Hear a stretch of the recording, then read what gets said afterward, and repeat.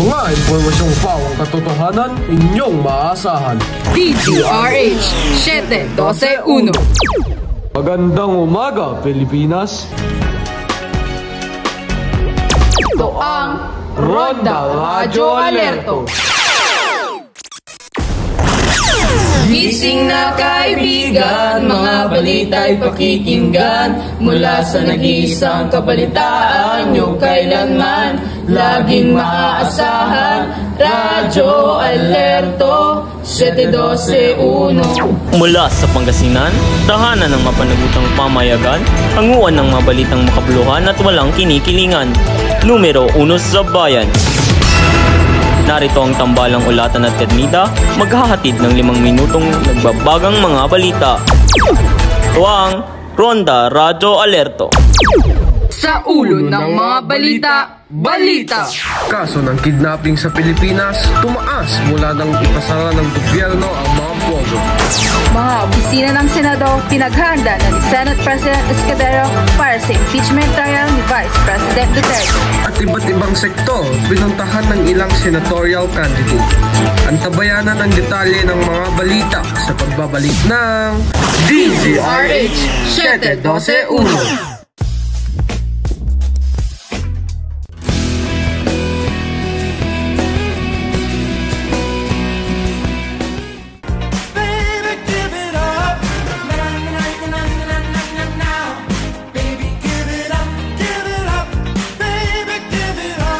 Kailangan mo ba ng dagdag na lakas at enerhiya para sa iyong araw?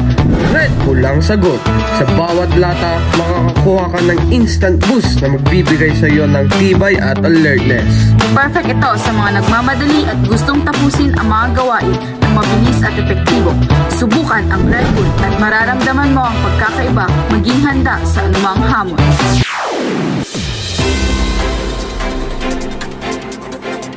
Sa mga balita, kaso ng kidnapping sa Pilipinas, tumaas mula nang ipasara ng gobyerno ang mga pogo.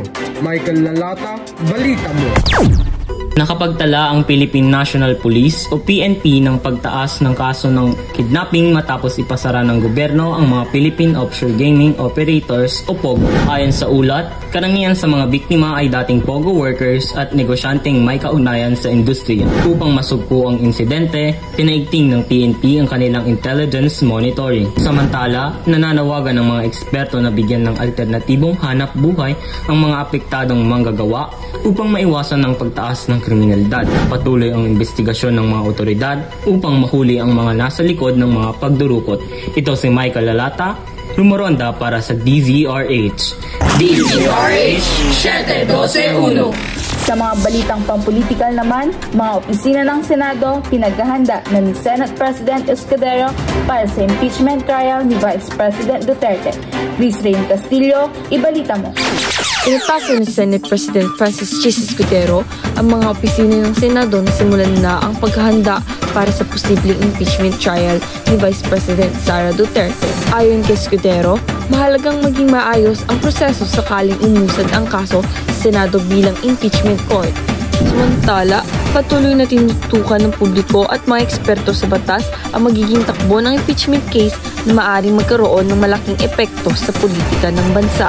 Ito si Chris Rain Castillo, Rumoronda para sa DZRH. DZRH 7-12-1. At iba't ibang sektor, pinuntahan ng ilang senatorial candidate. Cristel Caguiwa, balita mo. Ilang senatorial candidate ang bumisita sa iba't ibang sektor ng lipunan upang ipresenta ang kanilang mga plataforma at makuha ang suporta ng publiko para sa darating na halalan. Samantala, patuloy na umigting ang kampanya habang papalapit ang eleksyon, kung saan inaasang mas marami pang pagtitipon at dialogo ang isasagawa ng mga tumatakbo sa Senado. Ito si Cristel Caguiwa, Rumoronda para sa DZRH. DZRH 7-12-1.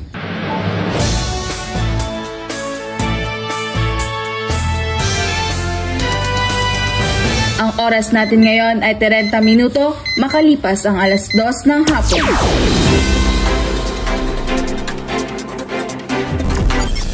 At yan ang mga tampok na balita sa araw na ito. Muli, ito ang Ronda Radyo Alerto sa mas pinalawak na pagpapatrol. DZRH 721. Ito si Jasmine Trinida, nagbabalita ng mga impormasyong pawang katotohanan sa numero 1 stasyon nyong maaasahan. muli, ito si Jem Mulatan, ang inyong lingkod bayan. Lingkod bayan. Nagbabantay saan man sa mundo.